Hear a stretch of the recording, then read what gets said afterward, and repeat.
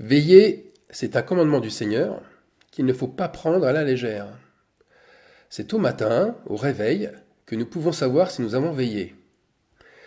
Nous pouvons le savoir car nos songes vont nous éclairer et nous allons savoir si nous avons veillé sur nos âmes.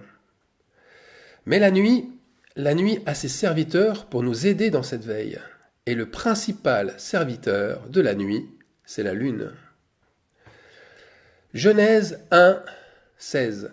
Dieu fit les grands luminaires, le plus grand luminaire pour présider au jour, et le plus petit luminaire pour présider à la nuit.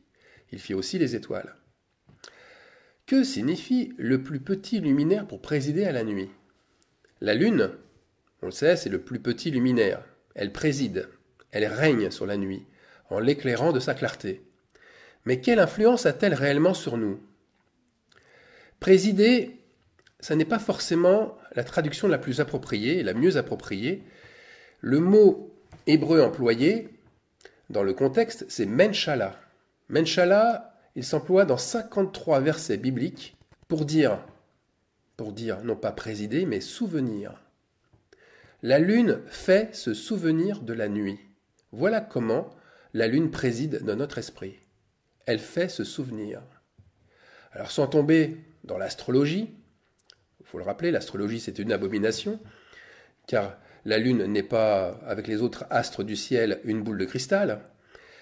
Eh bien, sans tomber dans l'astrologie, nous savons que la lune agit directement sur tous les êtres vivants en exerçant une force d'attraction. La lune agit sur les organismes vivants et c'est une évidence qui n'est plus à démontrer. La preuve, sans la lune, la mer n'aurait pas de marée. Il y a une lunaison pour cultiver son jardin. Pour une meilleure croissance de nos plants, nous devons semer certaines graines en lune montante ou planter en lune descendante. Les accouchements redoublent en jour de pleine lune. Et l'humeur des gens, quant à elle, est fortement troublée. L'irritabilité s'accroît à la pleine lune. Et nous avons plus de mal à trouver le sommeil. Et les rêves, eux, ne sont-ils pas alors influencés par la lune? Bien sûr que oui. Et de quelle façon? Il n'y a pas de règle en particulier. Il n'y a pas de révélation. Mais d'une manière générale, nous devons savoir que la lune possède une puissance spirituelle. Elle ravive notre mémoire. Elle intensifie nos émotions. Elle nous rend plus nerveux. Elle provoque de l'agitation. L'esprit est plus perturbé. La lune est donc un allié de taille pour notre Seigneur, qui a placé des intentions précises avec elle. On peut le souligner, son rôle est de mettre la lumière sur la cause de nos souffrances. C'est elle qui a, et ça c'est pour vous donner une image, c'est elle qui a le bouton d'intensité, plus lumineux, moins lumineux. Mais attention, ne tombons pas dans l'idolâtrie. Ne voyons pas dans cette planète, ou dans d'autres, une représentation de Dieu, comme l'ont fait tellement de peuples, et Israël y compris. Dans Deutéronome, chapitre 17, versets 2 et 3, voilà ce qui est écrit. « Il se trouvera peut-être au milieu de toi, dans l'une des villes que l'Éternel te donne, un homme ou une femme, faisant ce qui est mal, transgressant son alliance, allant auprès d'autres dieux pour les servir, et se prosternant devant eux, après le soleil, la lune. Ce n'est point là ce que j'ai commandé. » La lune, elle sert Dieu de la même façon que les anges. C'est un serviteur dans les mains de Dieu. Eh bien, on ne se prosterne pas devant un ange. On ne se prosterne pas non plus devant le petit luminaire, la lune. Se prosterner devant la lune, c'est y voir autre chose que sa fonction. Et bien sûr, y voir une fonction supérieure, ça renvoie à voir sa propre image déformée, c'est-à-dire celle d'un être supérieur qui n'a pas besoin d'humilité et de repentance, mais qui a besoin de connaissance. En bref, eh bien, on cherche la lumière de la lune pour se l'approprier, pour qu'elle devienne notre propre lumière. Voilà comment la lune devient une idole. Car si la lune brille dans le noir, eh bien c'est uniquement pour révéler la noirceur qu'il y a dans le cœur. Elle grossit les événements, de la même manière que le ferait l'effet d'une loupe. Et en ce sens, elle avertit des châtiments à venir. Voilà sa fonction principale, sa fonction spirituelle principale. Elle grossit certaines situations jusqu'à les faire devenir exagérées, déformées, caricaturales, plus même, burlesque. Et ça, c'est dans le but de frapper notre conscience, afin que nous nous souvenions ou que nous nous en souvenions au matin. Regardons de plus près l'effet de la Lune sur les océans. Après la marée, il n'est pas rare de découvrir sur les plages des vestiges, des animaux morts, des déchets, des objets perdus, des morceaux de navires qui ont sombré et qui viennent au matin s'échouer sur les plages. Eh bien, notre nuit, associée à la Lune, elle a aussi ses marées, elle évacue aussi ses déchets. Elle veut nous laver de ce qui nous salit. Les plages bondées d'objets plastiques, elles viennent révéler aux yeux du monde la folie des hommes, ce qu'ils essayent de cacher et de ne plus se souvenir. Eh bien, nos songes font de même. Nos songes, remplis d'idées morbides et qui partent dans tous les sens, eh bien, ils évacuent la noirceur multiple de notre âme. Beaucoup de ce qui est mort dans les océans et qui n'a pas été mangé par les animaux de la mer vient s'échouer sur les plages, comme beaucoup de ce qui est mort en nous, de ce qui n'a pas été digéré, remonte à la surface, remonte à notre conscience. Ce qui est supposé enfoui au plus profond de la mer, donc ce qui est au fond de la mer de l'oubli, eh bien ça remonte à la surface un jour ou l'autre, ou plutôt, ça remonte à la surface une nuit ou l'autre. Alors cet astre, la Lune, elle ne renvoie pas au merveilleux. Elle n'est donc pas un symbole de bénédiction, mais plutôt d'égarement. Donc à certaines occasions, quand la Lune est encore plus grosse que d'habitude, vous savez comme ce phénomène de superlune, où elle éclaire davantage la Terre, en y étant plus proche, eh bien ce n'est pas pour révéler le bien, mais pour venir mieux révéler le mal sur un peuple nombreux. Le voleur qui s'enfuit à la pleine lune, c'est vrai qu'il voit mieux son chemin, mais il se fait plus facilement identifier aussi. Ses mauvaises intentions sont dévoilées comme en plein jour. Vous savez, la superlune observée dans la nuit du 7 mai 2020, elle avait cette fonction. Les cauchemars alors redoublent pour une cause qui est juste, c'est celle de réveiller ceux qui dorment. C'est une période, souvenez-vous la date du 5 mai, dont j'avais reçu le sens avec la venue d'un grand réveil spirituel. Il faut avouer que il y a peu de personnes qui sont en mesure de savoir ce que peut être un grand réveil spirituel, puisqu'on a toujours un seul exemple sous les yeux, c'est celui des témoignages religieux. Un réveil pour eux, c'est un grand nombre de baptisés, ou des dons spirituels exprimés en grand nombre, ou encore une pluie de prophéties provenant d'un peu partout. Or, pour Dieu, un grand réveil, c'est tout autre chose. C'est une prise de conscience, à grande échelle, de ses fautes d'abord et surtout. La mémoire nous revient, la conscience s'éveille, la vérité devient une évidence pour chacun. Paul, qui est inspiré du Saint-Esprit, parle du réveil spirituel. Et que dit-il ? On lit ça dans Romains, chapitre 13, des versets 11 à 13. C'est l'heure de vous réveiller, enfin du sommeil. Car maintenant, le salut est plus près de nous que lorsque nous avons cru. Verset 12. Et voilà, il révèle ce que c'est que le réveil.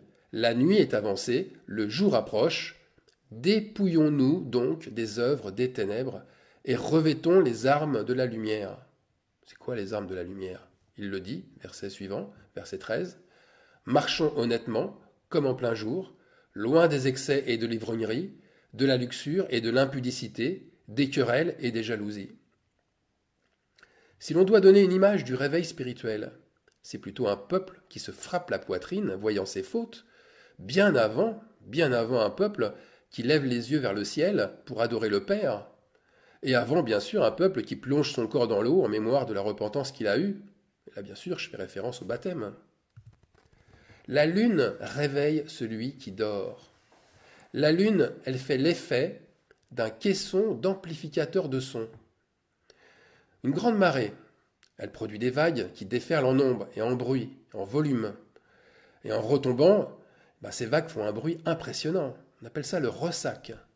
Eh bien, quand Dieu frappe à votre porte, le soir, la nuit, pour venir souper avec vous, comme il le fait dans l'église de Laodicée, Apocalypse 3, 20, les toc-toc deviennent assourdissants.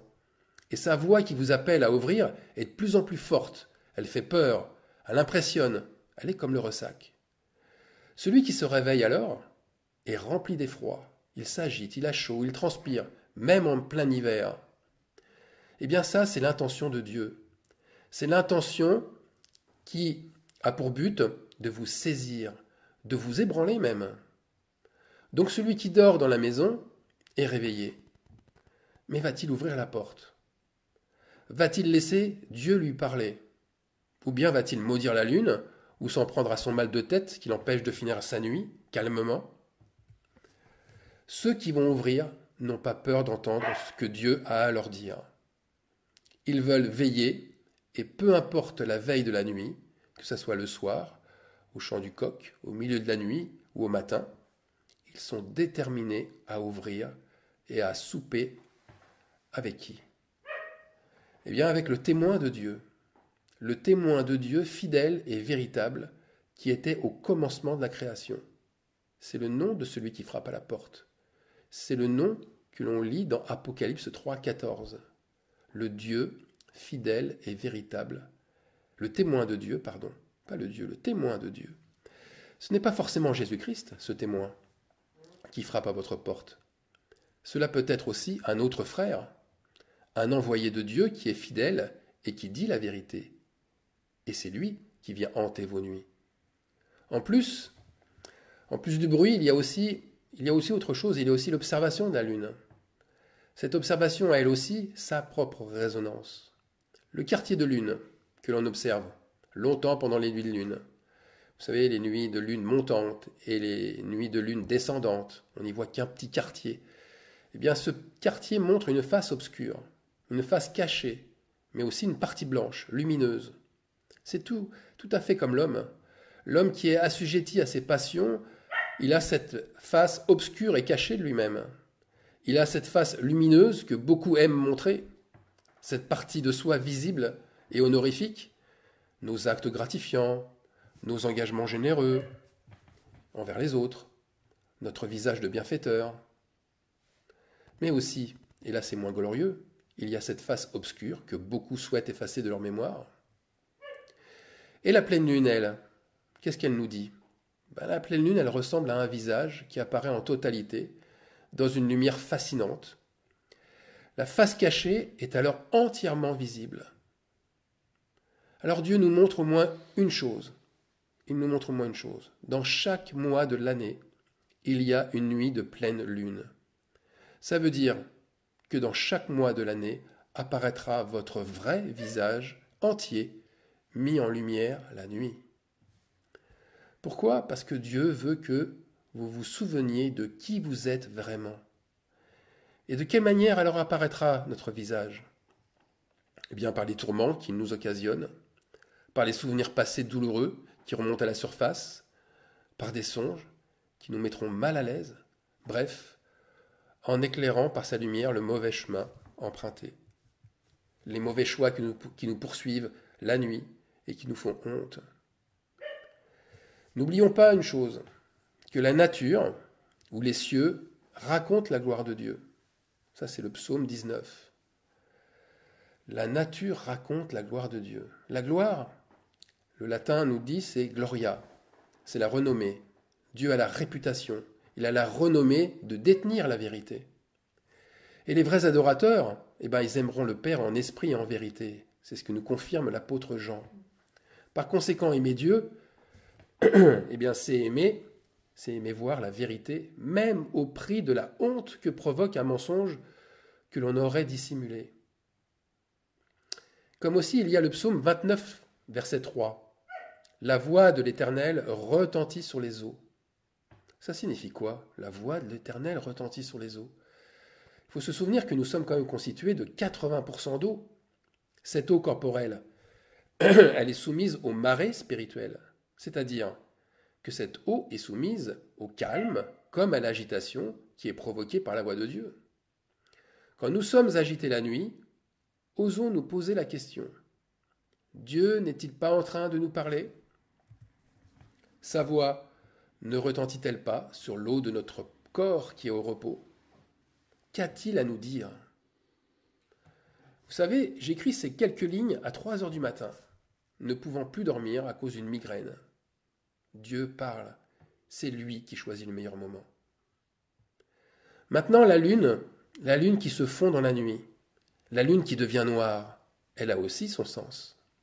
Ésaïe, chapitre 13, verset 10. Les étoiles des cieux et leurs astres ne feront plus briller leur lumière. Le soleil s'obscurcira dès son lever, et la lune ne fera plus luire sa clarté. On a un petit peu le pendant de ce verset, de ce chapitre, dans Matthieu, chapitre 24, verset 29. C'est Jésus qui parle. Aussitôt après ces jours de détresse, le soleil s'obscurcira, la lune ne donnera plus sa lumière, les étoiles tomberont du ciel et les puissances des cieux seront ébranlées. Et verset 30, alors le signe du Fils de l'homme paraîtra dans le ciel. Alors Dieu, à travers ces versets d'Ésaïe ou de Matthieu, nous avertit. Et il nous avertit de quoi? Eh bien, il nous avertit qu'il arrêtera de nous avertir. Comment? En ne donnant plus sa lumière à la lune. Par les jours de détresse et par les lunes, la puissance des cieux nous aide à voir clair dans nos actes pour nous laver des souillures du monde. C'est ce que Paul nous dit avec le réveil. Et une personne réveillée, une personne qui veille, elle sera comme Romains 13, 14, elle sera revêtue du Seigneur Jésus-Christ et elle n'aura pas soin de la chair pour en satisfaire les convoitises. Mais voilà ce temps de clair de lune qui nous aide à voir clair, il s'arrêtera subitement. C'est-à-dire que la lune ne brillera plus la nuit, elle n'éclairera plus personne, elle arrêtera sa fonction spirituelle. Pourquoi? Est-ce que c'est définitif? Non, c'est provisoirement, c'est pour un temps. C'est parce que ce sera le temps des rétributions. Nous assisterons alors au jugement de la moisson. Le salaire de l'iniquité pour les uns, attention, ce salaire, ça peut être aussi le sommeil de la mort, ce sommeil que redoutait David dans ses psaumes. Regardez le psaume 13, versets 3 et 4. Regarde, réponds-moi, Éternel. Réponds-moi, Éternel mon Dieu. Donne à mes yeux la clarté, afin que je ne m'endorme pas du sommeil de la mort. Mais voilà, il y a aussi une autre rétribution. La rétribution gardée pour le juste. Il y a un salaire de la piété pour les autres. Que représente ce salaire de la piété? Eh bien, nous le savons avec le message précédent. Au deuxième retour du Seigneur, le jugement concerne la résurrection qui est le signe du Fils de l'homme. Les morts en Christ ressusciteront avec un corps incorruptible, et nous, les vivants, nous serons transformés avec eux, aussi dans un corps incorruptible. Cette résurrection portera bien aussi un autre signe, le signe de la transfiguration. La moisson est faite, la porte des noces est alors refermée derrière les vivants et les morts ressuscités, transfigurés. Alors dans le concret, il existe une nuit dans le cycle lunaire habituel où la lune ne donne plus sa lumière. Et cette nuit, cette lunaison, c'est la nouvelle lune. Dieu marque les temps avec la lune et il nous enseigne que la lune noire a un sens perpétuel, qu'elle n'est pas un phénomène rare, juste pour la fin des temps. Comme il y a aussi une nuit de révélation pour voir nos fautes, avec la pleine lune, eh bien il y a aussi une nuit de rétribution pour recevoir le salaire de l'iniquité ou le salaire de la piété avec la nouvelle lune. À la nouvelle lune, c'est alors soit un nouveau mois qui commence, soit un temps qui se finit. Un temps d'épreuve qui commence, ou alors un temps d'épreuve qui finit. Un temps de bénédiction. Un temps de songe en forme de cauchemar qui fait place à un temps de rêve paisible. Ça peut être un temps de haine qui laisse place à un temps pour aimer. Ça peut être aussi un temps de destruction qui s'arrête et un temps pour bâtir qui naît. La fin d'une chose donne naissance à une autre. C'est le signe de la nouvelle lune. Mais il y a encore plus. Il y a Ésaïe, chapitre 66, verset 23. Je vous le lis. À chaque nouvelle lune et à chaque sabbat, toute chair viendra se prosterner devant moi, dit l'Éternel. Vous voyez, il y a bien un rendez-vous perpétuel à cette lunaison. Et ce rendez-vous, c'est le même rendez-vous que celui du sabbat. La célébration de cette fête, attention, elle n'est pas obligatoire. Elle ne se pratique pas selon une tradition, selon un rite. Elle se fera naturellement, parce qu'elle se fera d'elle-même en Christ. Toute personne qui se tourne vers Dieu, toute personne qui se convertit ou se reconvertit, rentre dans un sabbat, dans son sabbat. Ce sera sa nouvelle lune. Ce sera le départ de ses nouvelles œuvres. Ce sera de nouveaux cieux et une nouvelle terre pour elle, comme l'indique le verset précédent d'Ésaïe. Car comme les nouveaux cieux et la nouvelle terre que je vais créer subsisteront devant moi, dit l'Éternel, ainsi subsisteront votre postérité et votre nom. Amen.